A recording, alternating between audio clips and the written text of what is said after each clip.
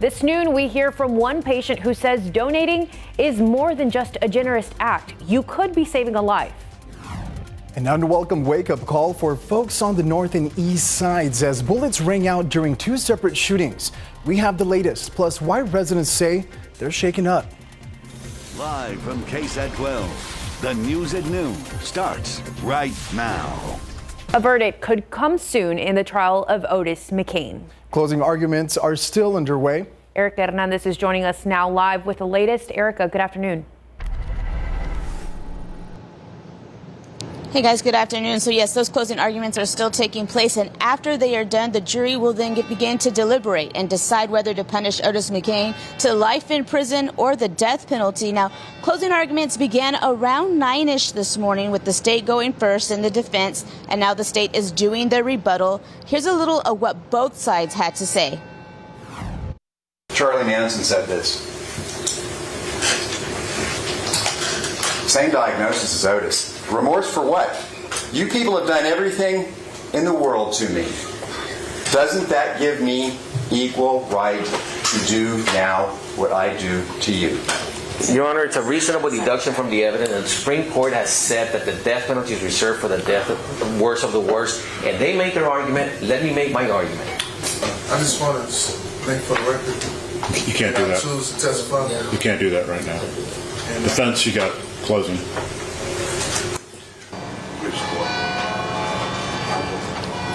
Now, when the state finished, as you saw and heard just right there, Otis McCain tried to speak to the court, but the judge said he couldn't at that time. Now, going back to sentencing, the jury has to answer two special issues to come to a unanimous decision. The first, is McCain a continued threat to society? And the second, is there sufficient mitigating circumstances to warrant the death penalty? Now, how the jury decides, we could soon find out as early as this afternoon. Reporting live from the Kevin Reeves Justice Center, Erica Hernandez, KSAT 12 News. Thank you, Erica. And first, gunshots, then sirens. Those were the sounds that woke up people in the North Side neighborhood. Those sounds also meant that a man had been wounded there in the 200 block of El Monte. He's now in the hospital, but as Katrina Weber reports, police are still looking for the shooter. The wailing of an ambulance siren came moments after people in this Northside neighborhood say they heard gunshots, followed by screaming. The commotion erupted in the 200 block of El Monte near San Pedro just before 5:30 this morning. Police got there a few minutes later and found a 45-year-old man on the ground with a gunshot wound in his belly. They say they also found a single shell casing nearby. The man told officers he was walking down the street when someone in a car suddenly shot him. After he was rushed to a hospital, police told us they believe there's still a lot that victim knows but wasn't willing to say. During their hour-long investigation at the scene, officers went door to door, hoping to find answers. Police never did find anyone who saw the shooting, so they weren't able to get a description of the shooter or the car involved. Reporting from the North Side, Katrina Weber, KSAT 12 News.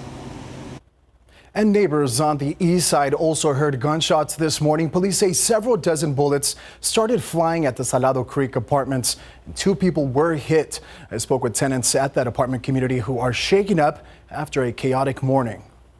Police were called to the 3600 block of Benz Engelman after someone reported a shooting around 1 this morning. Nicole Ward has lived at the Salado Creek apartments for the past 3 years, and although she says she's heard gunshots before, she says this morning's shooting was on another level. I'm glad I didn't try to come outside because that would have been me. Police say they arrived to find two victims. They were both shot once in the leg. They were taken to BAMC down the street, but should be okay.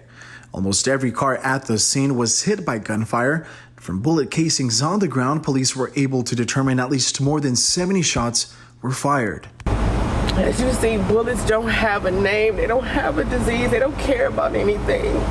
If you get hit, I could have died and my daughter would have been in this car. Police did not give a motive for the shooting, and they haven't said if the victims were intended targets. As for the potential suspect, SAPD says the apartment security saw the suspected gunman take off in a white Ford Fusion. The search and the investigation is ongoing. Now to the coronavirus pandemic here in Bexar County. The 7-day average for new cases is 1,291. So far, 3,624 people have died after contracting the virus. And in our hospitals, more patients. 967 people are hospitalized. 149 patients are on ventilators. 262 people are in the ICU. And a plea to the community to get out and donate. The South Texas Blood and Tissue Center continues to face a serious blood shortage amid the pandemic. And for some, donations are crucial and life-saving. Stephen Cavazos shares the story of one San Antonio man who says it's the blood on the shelves that's helping him get through his own health battle. How bad is it going to be? How bad is the treatment going to be? Greg Martinez has faced the unknown most of his life and is no stranger when it comes to health issues. He's battled anemia and Crohn's disease, but it was May of this year when he began to experience complications that led him to the hospital. That's where Martinez received a diagnosis that changed everything. They looked at everything and discovered that not only did I have anemia, but also I had leukemia as well. Things moved quickly after that. Martinez is currently receiving chemotherapy treatment, which puts a toll on his body. He says blood transfusions help him continue the fight and stay strong for his family. At least just energy-wise and just being able to get my body prepared to go through the chemotherapy, it was very beneficial. But the South Texas Blood and Tissue Center is critically low on blood. Right now, they are seeing less than 400 donations a day. Officials are encouraging the community come out and donate. Martinez says that generosity means everything. I think the last thing you want to hear is that maybe the blood that you need is not available, or they're going to have to try to find another solution. CDC guidelines are followed when donating blood. That includes wearing a mask and temperature checks upon arrival. Martinez thanks those who have continued to donate through the pandemic. And for now, he is holding on to hope to stay strong for his family. If I'm doing better, feeling better, then they're feeling more at ease. Now, the South Texas Blood and Tissue Center does have several drives to be on the lookout for, and city council members are also getting involved. The San Antonio District Challenge is where districts aim to raise the most donations. That's going to be going on from August 9th through the 13th. You can head to our website at KSAT.com to learn more. Stephen Cavazos, KSAT 12 News. Another blood drive is planned for this weekend. It's happening at Caliente Harley-Davidson, that's on the west side near Loop 410 and Culebra Road. It's hosted by the Guardians of the Children of Von Army chapter. Pre-registration is encouraged. You can go to southtexasblood.org to do that. The event runs from 11 tomorrow morning until 4 in the afternoon. You can find out more information on the Guardians of the Children Von Army chapter's Facebook page. Across the country, some hospitals are overwhelmed again as the U.S. sees a surge in COVID-19 cases. The Delta variant largely to blame. White House officials say 7 states are responsible for about half of the new cases and hospitalizations just in the past week. As ABC's Rena Roy reports, all of them have relatively low vaccination rates.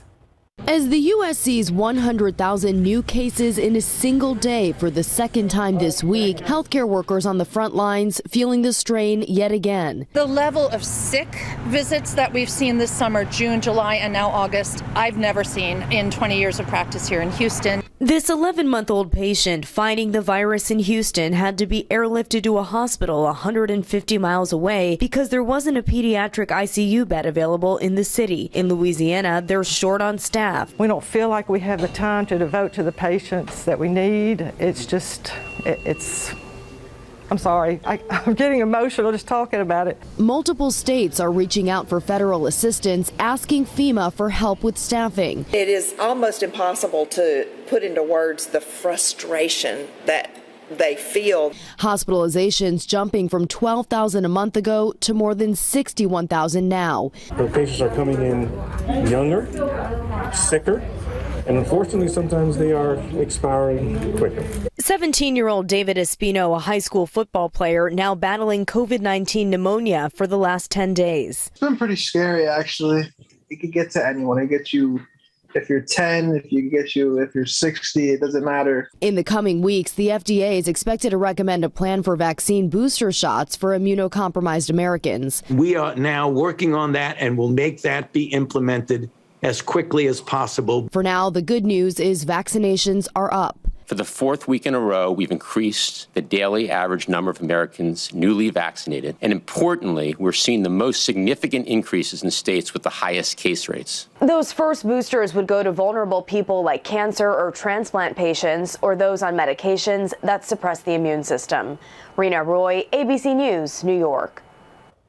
Listen to this new guidance from the Texas Education Agency. The TEA saying remote learning can be offered to a student who tests positive for COVID-19 or is a close contact to a person who has COVID. Student testing can be done at schools with a parent's permission. The guidance seems to be at least partially based on last school year when Delta variant did not exist in the U.S. as it does now. The TEA says based on last year's low transmission data, schools will not have to contact trace, but positive cases will need to be reported to health officials. The TEA says vaccinated individuals will not be considered close contacts. And the U.S. Olympic men's basketball team will face France for the gold medal game. Larry has more later in sports. And if you still got some back to school shopping to do, it's tax-free weekend. How to save some cash after the break.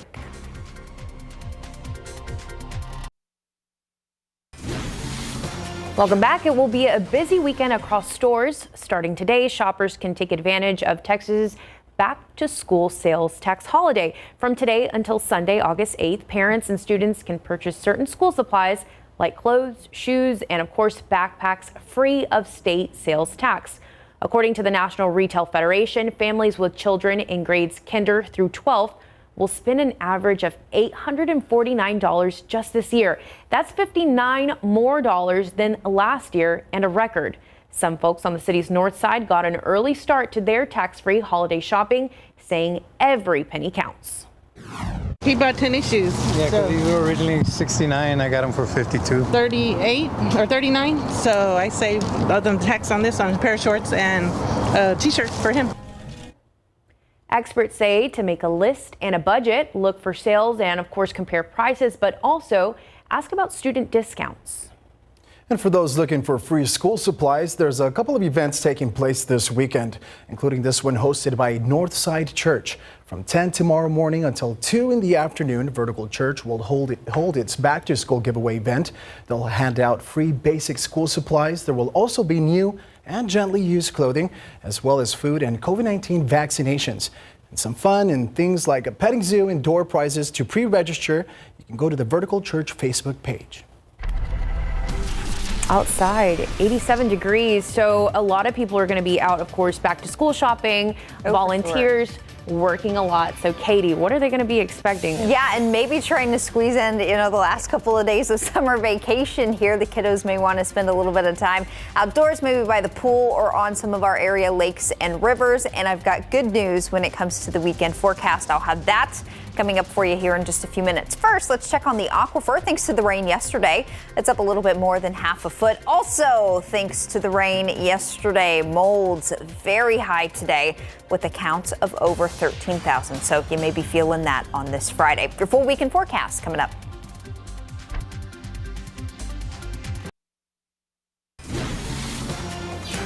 Oh, well, welcome back. As promised, we're going to start off with a look at your weekend forecast. Very summer-like for us, of course, but a break from rain chances. So if you are trying to squeeze in those last couple days of summer break, you'll have some nice weather to spend some time outdoors, maybe by the pool. 94 tomorrow afternoon, 95 on Sunday. Plenty of sunshine both days and no chance of rain. A nice little breeze in place for the next couple days as well. So just a couple minutes ago, I showed you today's mold count. It's very high, over 13,000. It should start to fall a bit as we get into the day tomorrow. Usually when we've had recent rains, that mold count will spike and then it takes a day or two for it to really start to fall. So it could still be a little bit elevated on Saturday, but by Sunday, certainly by early next week with no chance of rain over the next few days, that mold count really should start to tumble back down to moderate and low levels by the end of the weekend, early next week. And again, today's our last chance of rain here over about the next 7. We'll try to squeeze in a couple of isolated thunder showers this afternoon, but that'll be about about it.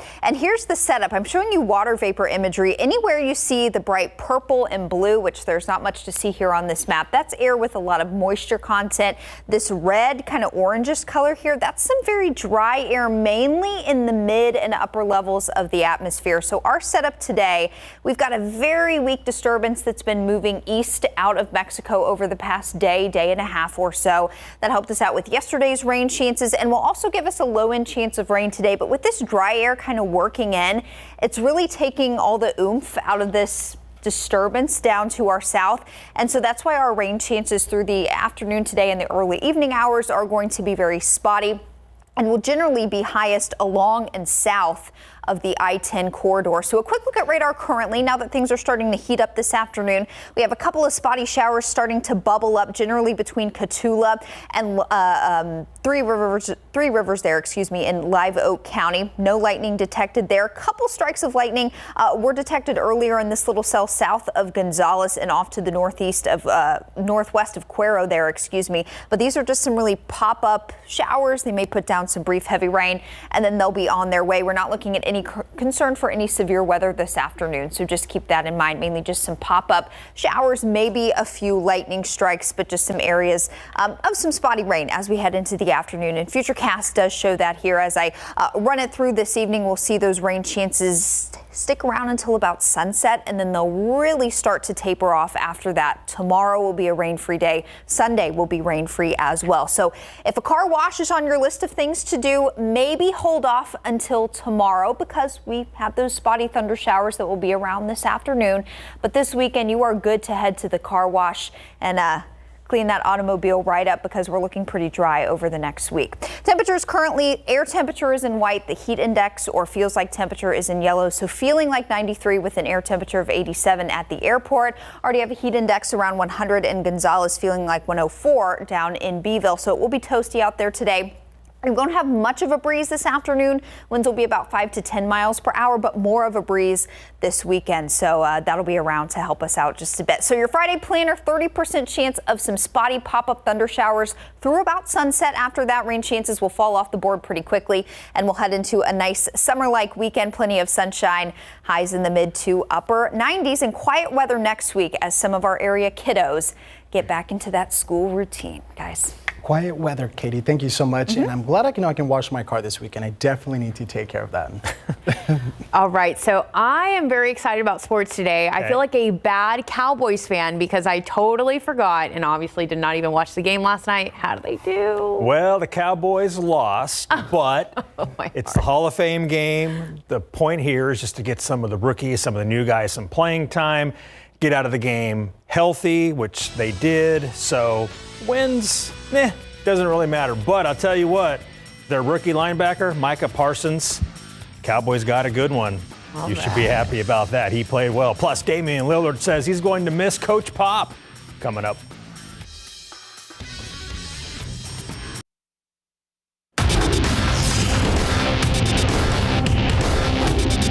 It's fun to go get hit every once in a while. I mean, it's been a while, so it's nice to get knocked down and be able to get back up again. So that was enjoyed that. And continuing to play. It's fun to get hit. Cowboys quarterback Garrett Gilbert got sacked twice last night in the Hall of Fame game in Big Board Sports.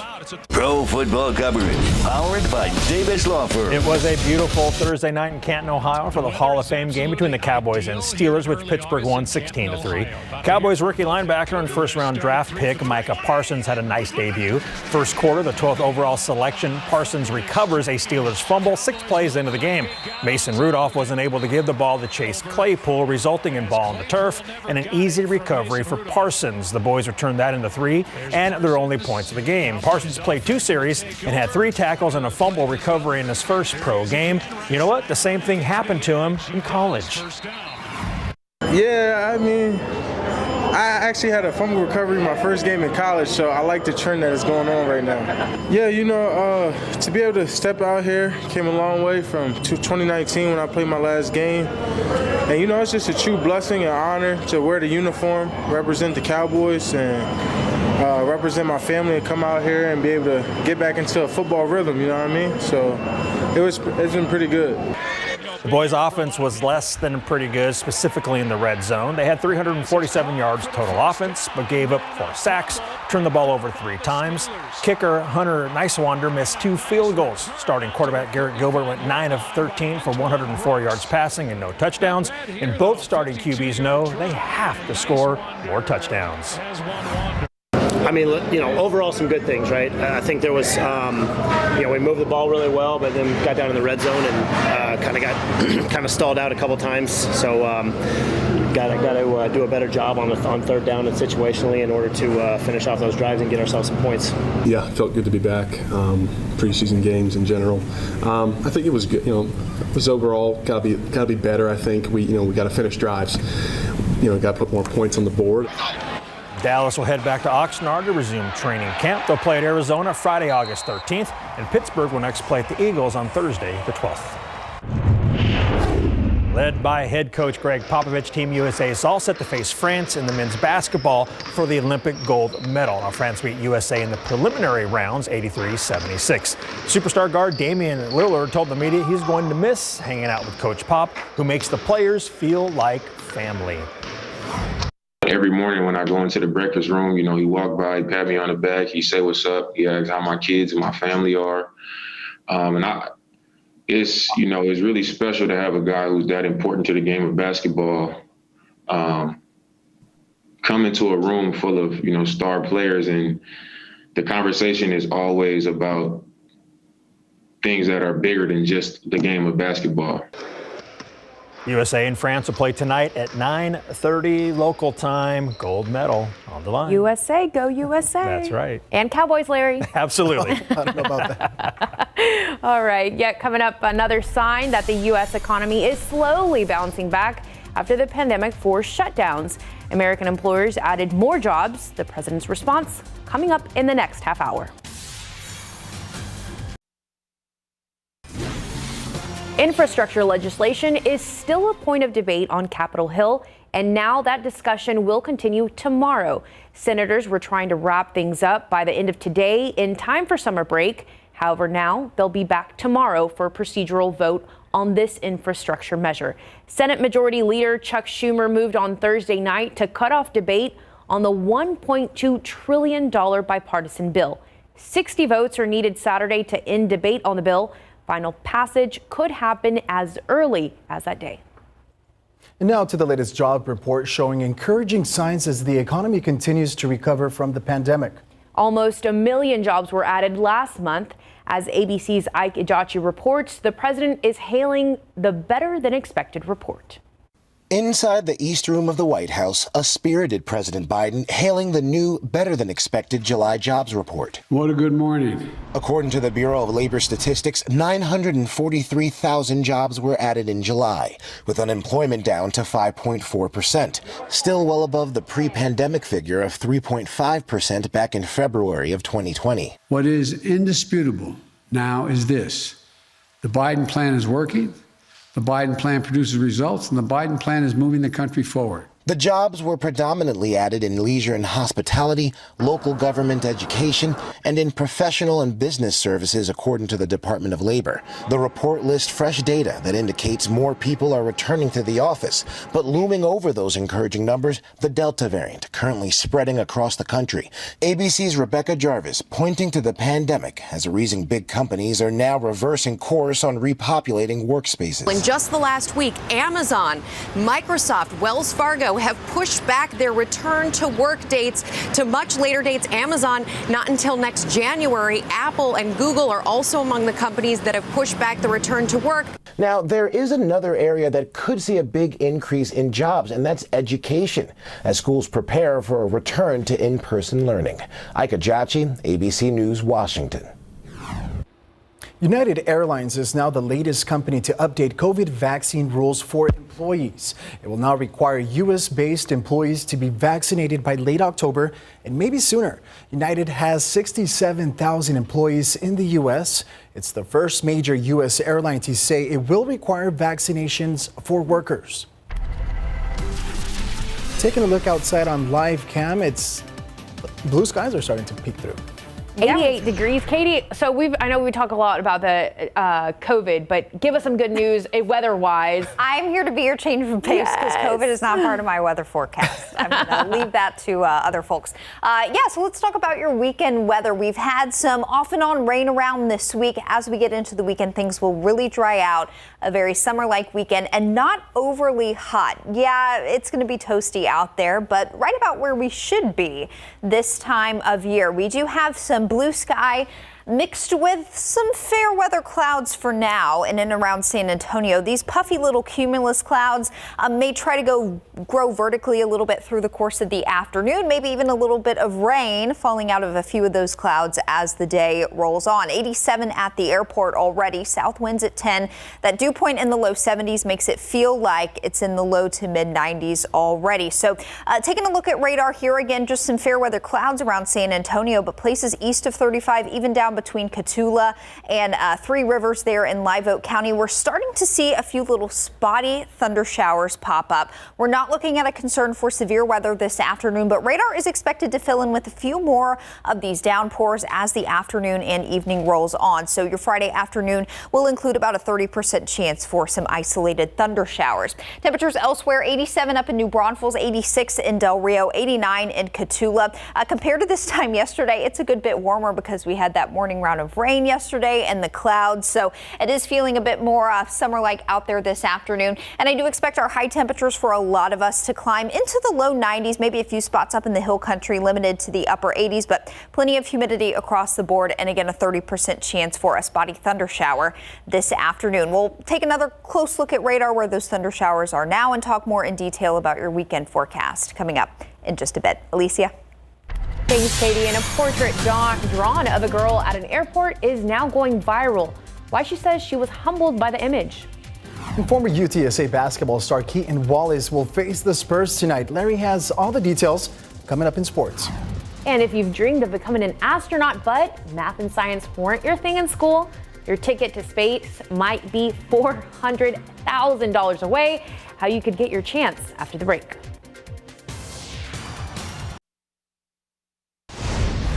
Welcome back. It's 12:38. Listen to this. A new feature on Yelp lets you see which business now require proof of COVID vaccination from customers and whether all workers are fully vaccinated. Yelp users can then filter their searches for businesses by those attributes.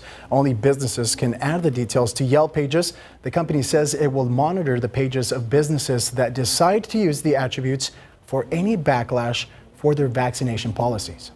And if you're ready to live out your all intergalactic dreams, Virgin is now selling tickets to space for $450,000. Last month, Virgin Galactic founder Richard Branson took a supersonic joyride aboard the company's suborbital space plane. The company now says it's prepared to begin commercial operations next year. There are 6 seats on each hour-long flight. Tickets will be offered first to people who join the company's so-called spacefarer community by putting down a $1,000 deposit. More than 600 people are already on the waiting list for the trip. Yes. A new show on Netflix answers the age-old question, can Paris Hilton cook? Well, the short answer is no, and, well, the long answer is kind of. Wait, I spoke too soon. Ew. Welcome to my kitchen.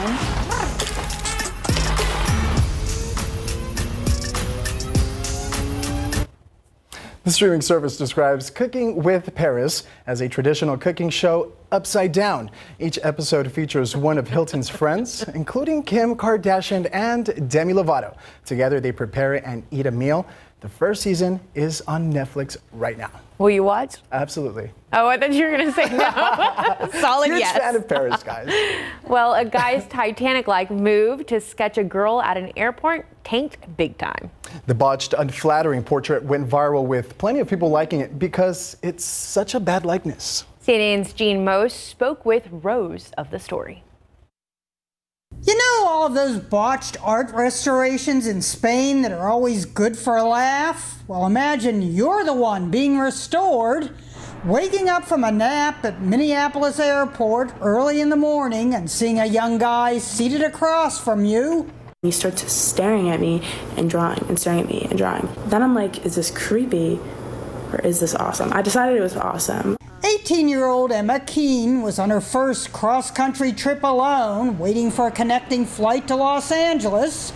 She admits she felt flattered and even hammed it up for the artiste. I was posing. After about half an hour, the guy approached and hands me this. Emma says she had been hoping for something along the lines of Titanic. Jack, I want you to draw me like one of your French girls. But instead, I was getting drawn like a South Park character. The guy who signed the sketch, Joe, told her, I'm sorry if this is weird, but I drew you.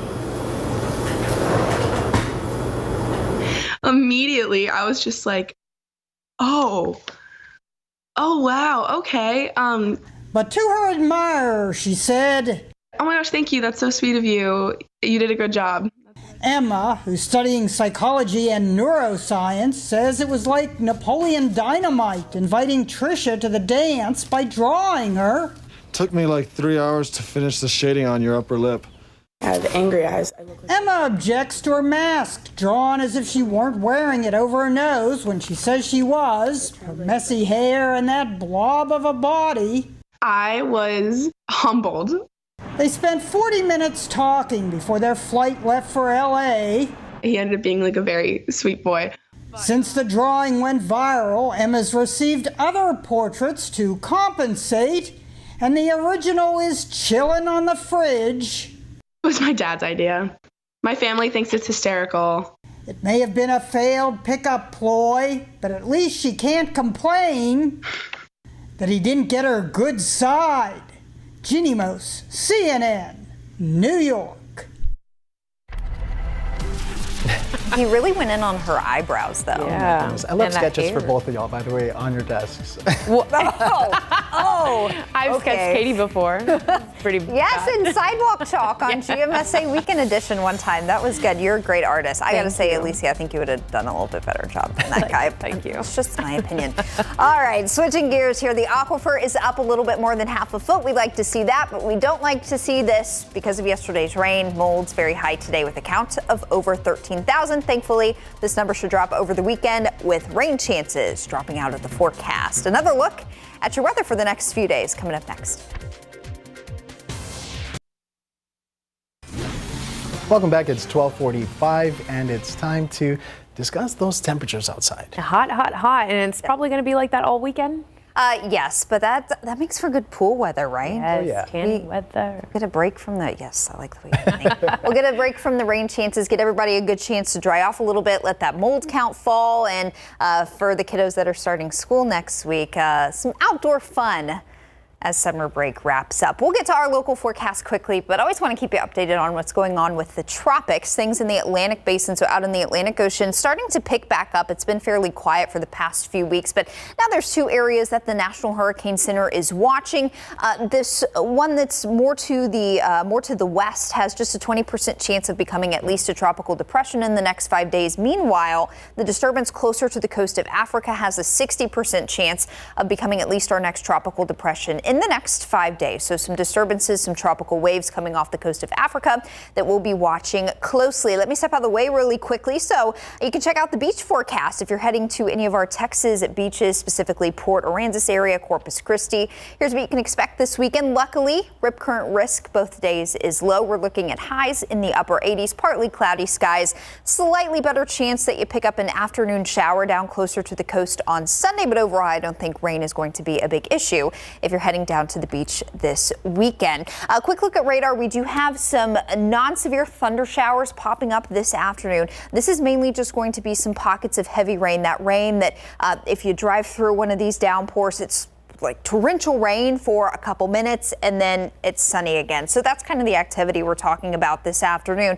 Down in our southernmost tier of counties, LaSalle County, McMullen County, even Live Oak County, a couple little thunder showers drifting off to the north. So those are very spotty in nature. In and around San Antonio, Bexar County, areas west of 35, still quiet with just fair weather clouds. But east of the interstate, we do have some of these thunder showers popping up really kind of right along the Highway 90 I-10 corridor here. Gonzales, Shiner, Hallettsville, up to I-10 there, and a healthy little downpour that's down to the south of Gonzales and Shiner. So again, these downpours will be capable of producing some heavy pockets of rain, maybe a few flashes of lightning. Generally speaking, they'll be fairly short-lived. They'll pop up, drop that heavy rain, and then they'll be right on their way. Futurecast heading into the rest of the afternoon paints the picture fairly well. As we continue to heat up over the next several hours, we'll likely see some more of these spotty thunder showers pop up, with the best chance being south of I-10 and then off to the east of 35. As we approach sunset this evening, we lose our daytime heating. Any activity will wind down. So late this evening, expect things to be warm out there, but pretty quiet as far as any rain goes. And then we'll head into the start of the weekend on a dry note for your Saturday. Temperatures now, air temperature is in white. Heat index, or what it feels like because of the humidity, that's the number in yellow. So up in New Braunfels, it's 87, but it almost feels 10 degrees warmer than that now. And that's because of very high dew point temperatures. They're generally in the 70s. So that is feeling very, very muggy, even oppressively humid. And these numbers will be staying high here in the short term, as to be expected in the summer in South Texas. Winds are about 5 to 10 miles per hour. We won't carry much of a breeze today, but as we get into tomorrow afternoon, Sunday afternoon, there will be more of a breeze. So it'll be hot and sunny this weekend, but the afternoon will treat us to a nice little breeze to kind of keep that warm, muggy air moving around just a little bit more. Now, if you've got kiddos starting school next week, a lot on your plate. There will be a lot going on, that's for sure. Luckily, one thing you won't really have to worry about too much is the weather. We've got very quiet, typical summer-like weather for us next week. Each afternoon, highs in the mid-90s, so it will be toasty out there, but no rain chances through the end of next school week if you've got kiddos starting school. Reason for that, upper-level high pressure is generally going to stick pretty close to Texas, so that's going to keep any good rain-making energy out of our part of the state for the next 5 to 7 days. So after today's 30% chance of an afternoon thunder shower, no rain chances here in the short term. So today, keep in mind, could run into one of those thunder showers this afternoon. After that, things will be hot and toasty for the weekend ahead, guys. Thank you.